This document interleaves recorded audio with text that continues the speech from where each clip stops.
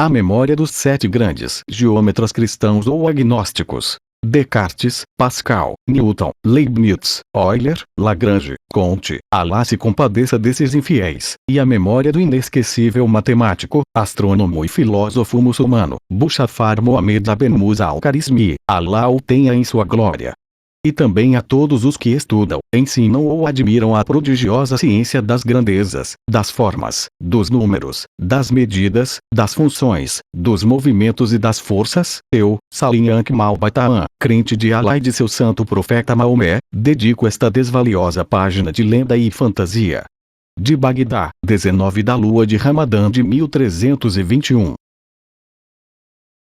Ao leitor. Quando, no decurso desta obra, as notas esclarecedoras, em pé de página, forem de Malbaitarran, declará-lo-emos entre parênteses. As notas que se apresentam sem assinatura, ou acompanhadas das iniciais BABE, são da autoria do tradutor. Para algumas palavras de origem árabe ou persa, conservamos as formas gráficas mais simples e mais ao gosto de nossos leitores, contrariando, em certos pontos, as recomendações ortodoxas de doutos filólogos, puristas e gramáticos. E assim escrevemos: Alá, Sheikh, Islam, Keibir, Rashid, etc. Dentro da mesma orientação, adotamos as seguintes formas: Abid, Iela, Ibn, Mek Alá, Maktub e Ramadã. Para atender ao pedido de muitos leitores e tendo em vista a dupla finalidade deste livro, educativo e cultural, resolvemos incluir, na parte final, um apêndice. No apêndice encontrarão os interessados esclarecimentos sucintos, dados históricos, indicações bibliográficas, etc., sobre os principais problemas e curiosidades que figuram no enredo desta originalíssima novela. Oferecemos, no glossário, aos leitores e pesquisadores, as significações de certas palavras, árabes ou persas, frases, alegorias, fórmulas religiosas, etc., citadas nos diversos capítulos, e que não foram devidamente esclarecidas nas pequenas notas ao pé das páginas. Para as palavras já esclarecidas, o glossário indica apenas o capítulo e o número da nota desse capítulo, em que o sentido da palavra é devidamente elucidado. O glossário é seguido de um pequeno índice de autores citados e de uma bibliografia.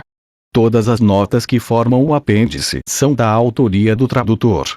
Os verbetes que figuram no glossário e no índice de autores foram cuidadosamente revistos pelo ilustre filólogo professor Raji Basile. A singular dedicatória deste livro encerra uma página de alto sentido moral e religioso. Convém ler, sobre essa dedicatória, a nota inicial do apêndice. Breno Alencar Bianco, São Paulo, 1965. Capítulo 1. No qual encontro, durante uma excursão, singular viajante. Que fazia o viajante e quais as palavras que ele pronunciava. Em nome de Alá, clemente e misericordioso.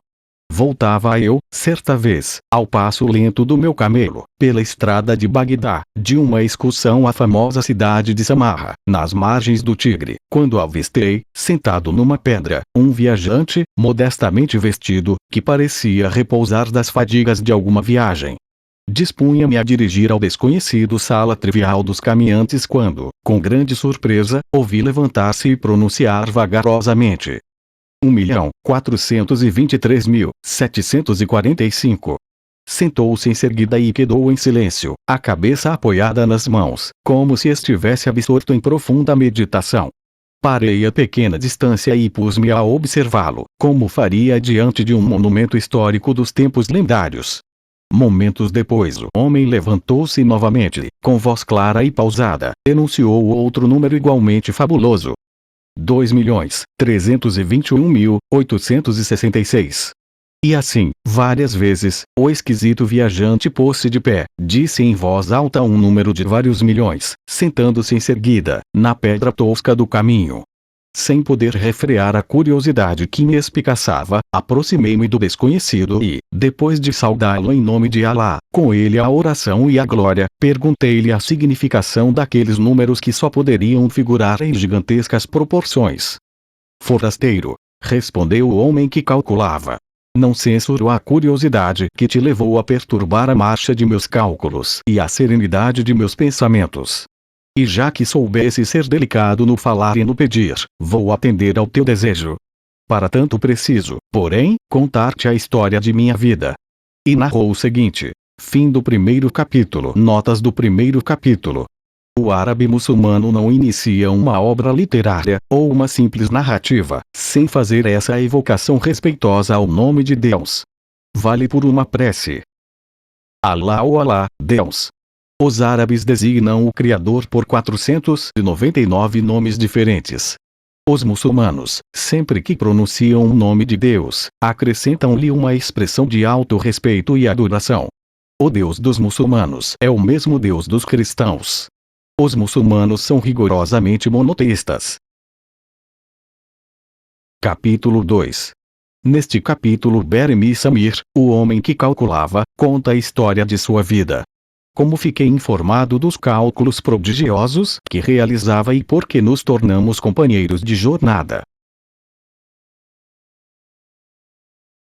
Chamo-me Beremi Samir e nasci na pequenina aldeia de Khoi, na Pérsia, à sombra da pirâmide imensa formada pelo Ararat. Muito moço ainda, empreguei-me, como pastor, a serviço de um rico senhor de Kamat. Todos os dias, ao nascer do sol, levava para o campo o grande rebanho e era obrigado a trazê-lo ao abrigo antes de cair a noite. Com receio de perder alguma ovelha tresmalhada e ser, por tal negligência, severamente castigado, contava-as várias vezes durante o dia. Fui, assim, adquirindo, pouco a pouco, tal habilidade em contar que, por vezes, num relance calculava sem erro o rebanho inteiro. Não contente com isso, passei a exercitar-me contando os pássaros quando, em bandos, voavam pelo céu afora. Tornei-me habilíssimo nessa arte. Ao fim de alguns meses, graças a novos e constantes exercícios, contando formigas e outros pequeninos insetos, cheguei a praticar a proeza incrível de contar todas as abelhas de um enxame. Essa façanha de calculista, porém, nada viria a valer, diante das muitas outras que mais tarde pratiquei. O meu generoso amo possuía, em 2 ou 3 oásis distantes, grandes plantações de tâmaras e, informado de minhas habilidades matemáticas, encarregou-me de dirigir a venda de seus frutos, por mim contados nos cachos, um a um. Trabalhei, assim, ao pé das tamareiras, cerca de 10 anos.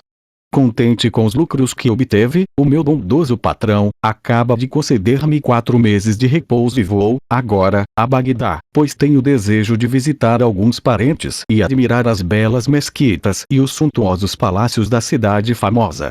E para não perder tempo, exercito-me durante a viagem, contando as árvores que ensombram esta região, as flores que a perfumam, os pássaros que voam no céu entre nuvens. E, apontando para uma velha grande figueira que se erguia a pequena distância, prosseguiu. Aquela árvore, por exemplo, tem 284 ramos. Sabendo-se que cada ramo tem, em média, 347 folhas, é fácil concluir que aquela árvore tem um total de 98.548 folhas.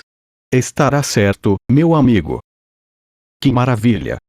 Exclamei atônito. É inacreditável possa um homem contar, em rápido volver de olhos, todos os galhos de uma árvore, e as flores de um jardim. Tal habilidade pode proporcionar, a qualquer pessoa, seguro meio de ganhar riquezas invejáveis. Como assim? Estranhou Beremis. Jamais me passou pela ideia que se pudesse ganhar dinheiro, contando aos milhões folhas de árvores e enxames de abelhas. Quem poderá interessar-se pelo total de ramos de uma árvore ou pelo número do passaredo que cruza o céu durante o dia? A vossa admirável habilidade, expliquei, pode ser empregada em 20.000 casos diferentes. Numa grande capital, como Constantinopla, ou mesmo Bagdá, sereis auxiliar precioso para o governo. Podereis calcular populações, exércitos e rebanhos. Fácil vos será avaliar os recursos do país, o valor das colheitas, os impostos, as mercadorias e todos os recursos do Estado. Asseguro-vos, pelas relações que mantenho, pois sou Bagdali, que não vos será difícil obter lugar de destaque junto ao glorioso califa Al-Mutasim, nosso amo e senhor. Podeis talvez exercer o cargo de vizir tesoureiro ou desempenhar as funções de secretário da fazenda muçulmana. Se assim é, ó jovem, respondeu o calculista, não hesito. Vou contigo para Bagdá. Sem mais preâmbulos, acomodou-se como pôde em cima do meu camelo, único que possuíamos, e pusemo-nos a caminhar pela larga estrada em direção à gloriosa cidade. E daí em diante, ligados por este encontro casual em meio da estrada agreste, tornamo-nos companheiros e amigos inseparáveis. Beremiz era de gênio alegre e comunicativo. Muito moço ainda, pois não completara 26 anos, era dotado de inteligência extremamente viva e notável aptidão para a ciência dos números. Formulava, às vezes, sobre os acontecimentos mais banais da vida, comparações inesperadas que denotavam grande agudeza de espírito e raro talento matemático. Sabia, também, contar histórias e narrar episódios que muito ilustravam suas palestras, já disse atraentes e curiosas. Às vezes punha-se várias horas, em silêncio, num silêncio maníaco, a meditar sobre cálculos prodigiosos. Nessas ocasiões esforçava-me por não o perturbar. Deixava-o sossegado, a fim de que ele pudesse fazer com os recursos de sua memória privilegiada, descobertas retumbantes nos misteriosos arcanos da matemática, a ciência que os árabes tanto cultivaram e engrandeceram. Fim do capítulo 2. Notas do capítulo 2, Kamat de Maru, cidade situada na base do Monte Ararat, qual fica no vale desse mesmo nome e é banhada pelas águas que descem das montanhas de Salmas, Malta Tarran.